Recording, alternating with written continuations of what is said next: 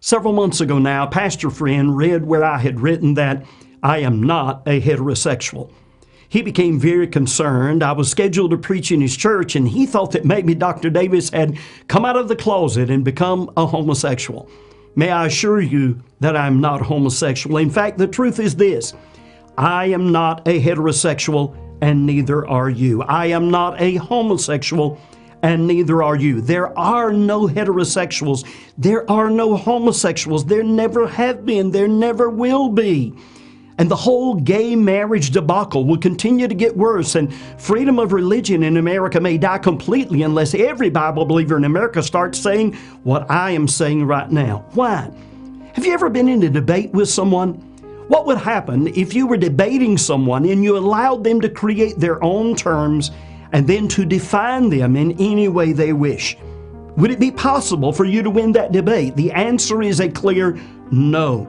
That is precisely what has happened and is happening in America. And now the lie that there are heterosexuals and homosexuals is spreading all over the entire world, and all the mess that goes with that. The terms heterosexual and homosexual are not found anywhere in the Bible and did not exist in history until the year 1869. That was the year when they were created by a sexual deviant by the name of Carl Maria Kirkbenny. He also created the term heterogeneous to refer to people he felt were born to be with animals. Genesis 1:27 says very simply, male and female created he them. Everyone listening to me now is either a male or a female, period. If you're male, lift your hand. If you're female, lift your hand. That's everybody, all right?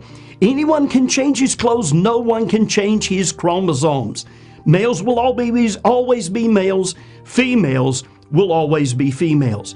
Now, the missing piece of the puzzle are the words of Jesus in Matthew 19:12, where he said, "For there are some eunuchs which were so born from their mother's womb." God made some people who have no desire for the opposite sex. They are not homosexuals. They are normal males who are eunuchs. Up until about 100 years ago, the teaching about eunuchs was a part of the teaching and preaching of the church, but then it just sort of disappeared. We desperately need to bring this back. In the revolutionary book, Born That Way After All, my friend David Johnny Nixon writes about Sam. Sam was a young man brought up in a good church who thought something was wrong with him because he had no interest in girls. He wound up going off into the, quote, gay lifestyle because he found acceptance there and no one had told him there were any other possibilities. When Johnny sat down and explained to Sam the words of Jesus in Matthew chapter 19, Sam's eyes were open. He exclaimed, "That's it. I'm not gay. I'm a eunuch." Brother Nixon has now had hundreds of people who have left the gay lifestyle and realized that they were just males and females, and that many of them are eunuchs made that way by God for a very special purpose. By the way, the pastor I referred to at the first of this video also has a son who has now realized that he is a eunuch and is trying to help others find out and what they are and avoid all this confusion. For many of you, this video raises many other questions, and let me encourage you to get the book Born That Way After All and read it.